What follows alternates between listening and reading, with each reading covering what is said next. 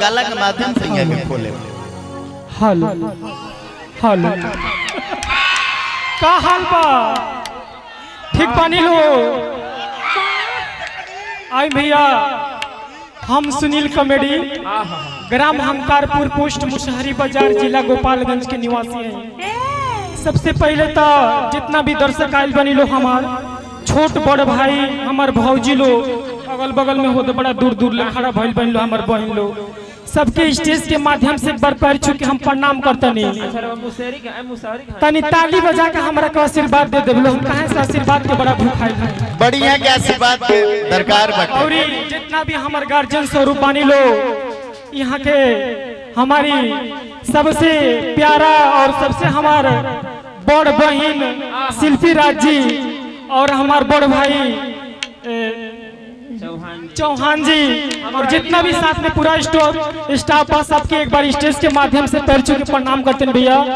और गार्जियन स्वरूपानी हमारे गजेंद्र पियक्कड़ जी और पूरा इंस्ट्रूमेंट के अगर केहू के नाम ना रखो था तो भैया लोग हमरा के माफ करब लो। कहां से भी हम नया बानी तो कुछ छू के गोल लागो तब उतने आशीर्वाद मिली जी। हम रहे कि कहीं चल जाई, चल जा होने पगड़ी। हे प्रभु बरसत हई यूट्यूबर भैया लोग के ना प्रणाम करनी। हां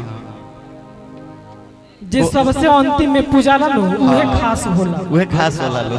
अगर केहू के रे कह के बोला रहल जला तो करे के बुरा ना कहल जला। रे में इतना एगो वर्ड छुपल रहेला जौन अपनापन होला। अपने बेटा बेटी के लोग कहला का रे कहां गइल रहे रे, तो अपने बेटा बेटी के लोग कहला। दूसरा के आदमी कहला क्या कहां गए थे आप भैया, वो दूसरा के हो भाई तो अपने के बोलल चला। हमनी के मुंडन संस्कार में आइल बनी जा जी जी, तो भाव धली रो अपना बहिन की आइल बनी। तो चली ज्यादा टाइम ना ले, अभी बहुत आवे के मौका मिली। जैसे भैया आइल बनी तो ई भाव में तनी ढलल जा के आइल बा रो संगे तनी से भैया और जब लोग अच्छा रहे बढ़िया। थोड़ा आप लोगों से रिक्वेस्ट है कि भैया थोड़ा आगे आ जाए लोग। जी आई हमनी के मुंडल में आइल बन जो हमार बहिन आइल केने बिया जी। अरे सारा बेरा बीत गई, आ कब होई रे मार बहरिया रे। आ घर से फोन आला हमर नाती रोत रसा, हमर एज दिन रात रह का हमर एज से खर्चा पानी नहीं चली। हमर नाती रोत से सुनत नहीं। हां हाय जल्दी कर हमर नाती घर रोत है रोत रसा। हां अब तो ये फोन कर ले कब ले आए आई बिया पर का टाइम भइल गइल बनी नहर वासल बनी तो तनी रब जल्दी कुल अपन कार्यक्रम करी हमरा जाए के जइबे करे। हां कोई आदमी रोवा के पसंद कर ललबा कहता कि हमें या राख ले की हई सब तो है जावल। हाथ उठा दी भैया के पसंद से ले बड़ा भारी पड़ जाई रखब लो तो। दिन भर में 3 टाइम खाई ले और दिन भर में 8 घंटा नाची ले। यादव के नाम पर सब यही का आज हमने के जौना उपलक्ष्य पे आइल बनी जाए होगी सब। अच्छा पूरे भाट पर विधानसभा में सबसे बड़े फैन आपके ये हैं। ये जो मैरिज हॉल जिनकी है और इस मैरिज हॉल के जितने भी पदाधिकारीगण हैं, अगर उन तक मेरी आवाज जा रही है तो निवेदन करेंगे जहां हमारे कलाकार बैठे हुए हैं मंच पे, थोड़ा सा यहाँ पे पंखे की जरूरत है तो हम चाहेंगे कि 1-2 पंखे मंच पे और लगा दिया जाए। एक निवेदन करेंगे, मेरी आवाज जा रही है व्यवस्थापक महोदय तक 1-2 फैन यहाँ पे थोड़ा सा लगा दिया जाए। आदरणीय मुन्ना भैया जो मैरिज हॉल के मालिक हैं, मेरी आवाज तक जा रही है। हाउ चरण छुए तो एकदम सीधे तौर जाए। हाँ बढ़िया से आशीर्वाद लिए जैसे बाबा के आशीर्वाद से के मिलेला नो एकदम अपना मंजिल पर ढाबा पर पहुंच जाला। एगो गाना जौना उपलक्ष्य पे हमनी के उपस्थित बानी जा मुंडन संस्कार में ओ बबुआ बबनी खाती परिवार के लोग का कहता ओकरा बाद एका दुगो लोक गीत रही। एगो कोनो गमछा दिया जाओ तो यहाँ के बढ़िया भाव करे। क्या बात है। आदरणीय हमनी के गजेंद्र शर्मा जी पता न केने लुकाई रहनी है, प्रणाम कर रहल बनी, क्षमा प्रार्थी बनी। देखिए ना पौनी हाँ पहले देखिए ओकरा बाद बुझेले कि न चल गई रौरा कलाकार के कई गो रूप होला। कलाकार अपना कला के माध्यम से एक दूसरा के खुश करे में लागल रहेला। कितनो दुख में रही तो मुस्कुरात रहेला। वही में एगो कलाकार यहाँ के बानी जौना सांचा में कलाकार के डालल जाला उस सांचा में कलाकार ढल जाला। जी जी भाई बबुआ के मान ली थोड़ी देर खातिर ओरा के मौसिए बना देता नहीं अपना रुआ बहिनौरा आइल बनी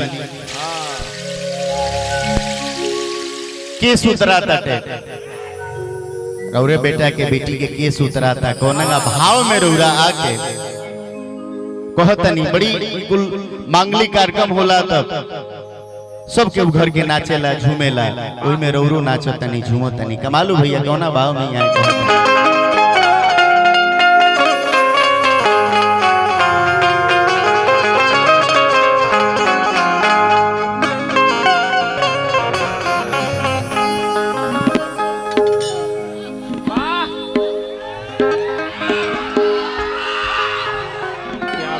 सारा देवता देवी के अपना देवगिरी जातनी सुनील जी अब कहतनी कि जौन मंगले रहनी तो मिलिए गई जिया भौजी जिया।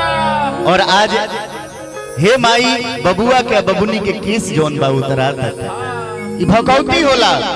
हमने के यहाँ कुछ होला बाल बच्चा होके के पहले भकौती हो जाला कि बबुआ होइए तो कोसी भरे भतना साल पर बबुनी होइए तो कोसी भरे कराही चढ़ाए बार उतरई ह बिजली कहाँ गिरी कौन बिजली ऊपर से तो इतना बिजली गिरता कि चाम जोर रहता और ही बिजली गिरा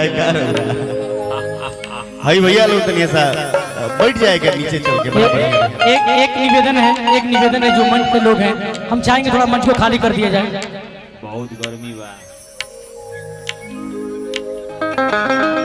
कि भखनी भारा जवन आज हम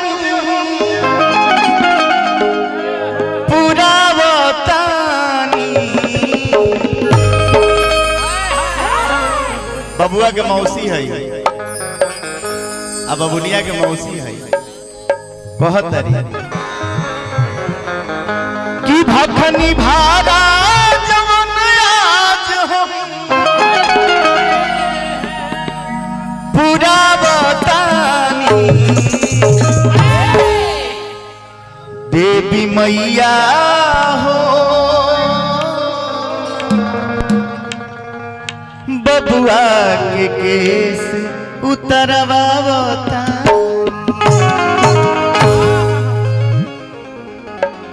कि दुर्गा मैया हो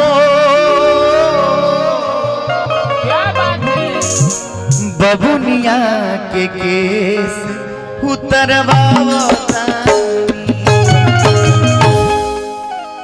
अनिल भैया और सुनील भैया कहाँ बनी आवाज अगर हमार जात हो के तरवा सवाज हम लोग आगे तो बड़ा बढ़िया रहे। अनिल भैया और सुनील भैया हम चिन्ह नहीं की पाओ भेंट ना हो अनिल भैया और सुनील भैया के उपस्थिति चाहिए और ही लोग हुआइल बा ही तैसे एगो और माइक भी नहीं है दियाओ तबे नु अभी तो खाली देखते हैं लोग भीतर के काला भाव लगल कैसे कोनी चलिए आई ज्यादा टाइम ना के कहत है जी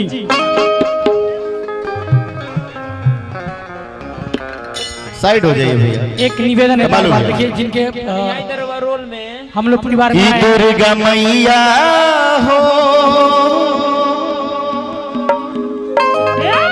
बबुआ के केस उतरवावता कि जवन भखनी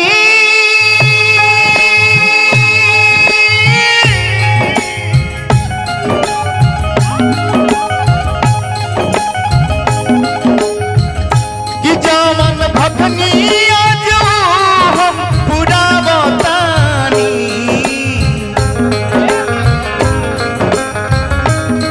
दुर्गा मैया हो बबुआ के उतरवावतानी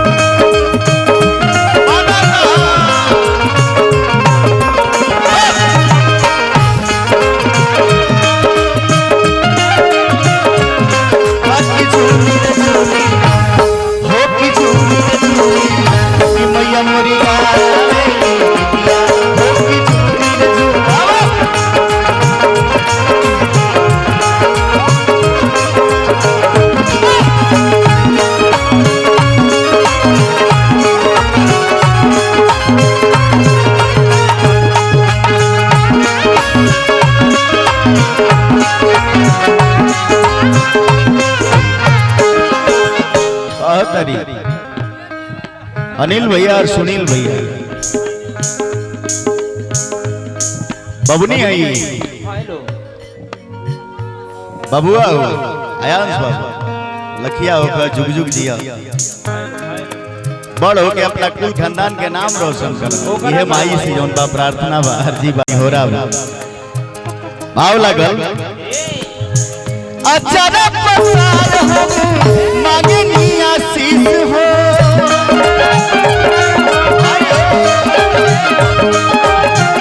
अचानक पसार हो मांगे नी आशीष हो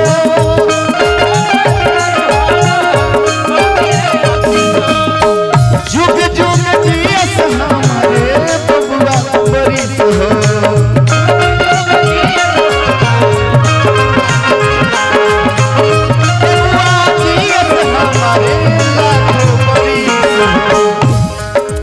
बबुआ का मौसी